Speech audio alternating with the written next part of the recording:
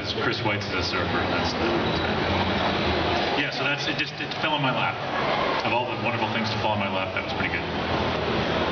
That's cool. Okay, next question. Oh yes, we wanted to...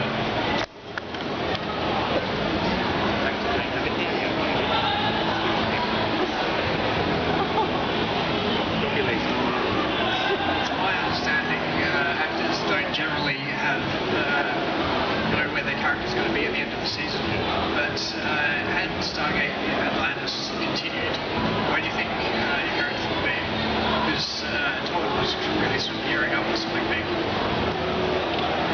Well, he's in the best feeding ground, you know, in the universe. What was the question there? Did you hear the question? What happened? What do you think will happen to our characters at the end of Stargate Atlantis? And Todd was gearing. It looked like Todd was gearing up for something big. Well, I think he's been manipulating the whole thing. He's definitely still alive, and I think he's going to go in a major feeding frenzy, and just he's going to, you know, he'll get some, you know, Bermuda shorts, and he'll be really skinny but with like a big belly. People will make jokes about him, saying, "Are you pregnant?" And he'll just have a metal detector, and he'll just go up and down the beaches and look for, I don't know.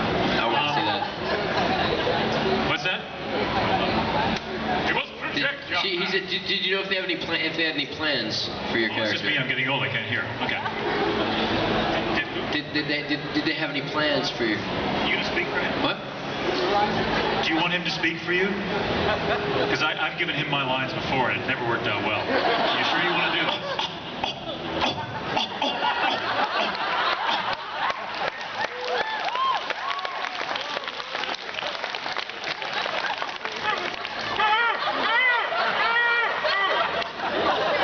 What he does before you with the green marks. What did you say? Do you know if the writers had anything planned for your characters at all? I don't even know if they. I don't think really they don't really think. Here's a spoiler. Oh no. They have really no idea what they're going to do from one day to the next. It's quite remarkable. They tend to they brainstorm, they come up with an idea, and 3 days later they have a script. It's amazing. I'll tell you a funny story, real quick.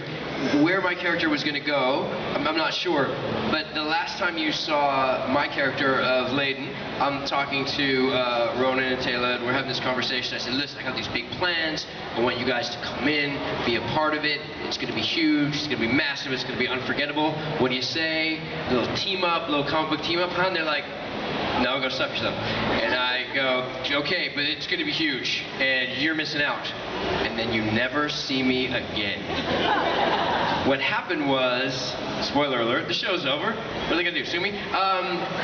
That episode was actually running about 2 minutes short. So I had a phone call going, can you get down to the office, can you come down to the lot tomorrow to shoot a scene on Stargate Atlantis? I was like, absolutely.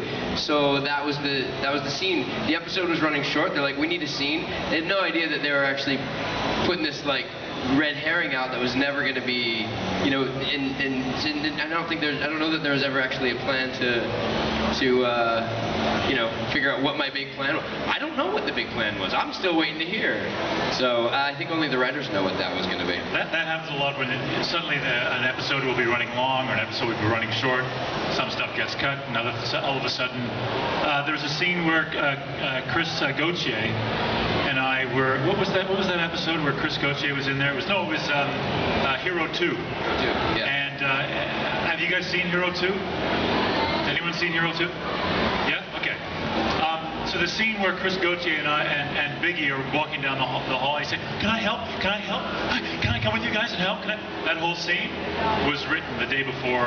They said, "Okay, we're running short. We need to pop this scene in." And so that kind of stuff happens when. And sometimes those end up being some of the best scenes. Actually, in truth, they end up being really great scenes when they do that. Fantastic banter scene. It's good fun. I was wondering if you could talk about your experiences with Amanda Tapping and how much you love her. Who? Which experiences would you like to hear about? You mean ones that I won't be beaten up by Alan for telling? Is that what that? Yeah, that's one of those questions that just you go on forever talking about Amanda. You know, we always joke about, you know, Oh, she's horrible. She's, you know, truthfully, she's one of the most outstanding human beings you'll ever meet. But it's like that. I mean, there's nothing more than that to say. What are you guys doing here? Yeah, she's fantastic. She's incredibly hard worker. She's a very dedicated person. Do you have any stories that you feel like would... It's so hard to think of Well, one. she's got a crazy case of the giggles quite often, and that becomes sort of it's like a game on set to just try to make her laugh. make Amanda laugh. Yeah. Because it's one of the cutest laughs ever. She laughs like a 5-year-old little girl, so and she's got that little mischievous little grin. I really. But she's tough too. I think of the episode where she kills Druid. Yeah, you guys remember that? Doesn't really die. Where she kills Druid, and we've got to do this whole thing where I've got to, I clothesline her, she goes down, and then I start taking the boots to her. Well, sometimes you miss when you're doing stuff like that. Because she really, she's like, go for it. And I just took and I nailed her right in the soft spot.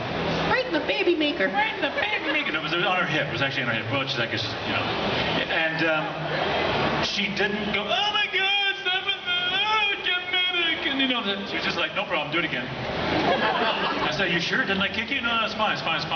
And then 2 days later, she flashed me, and she had this massive bruise on her. So she's super tough, super generous, super beautiful, and she looks really good in the morning.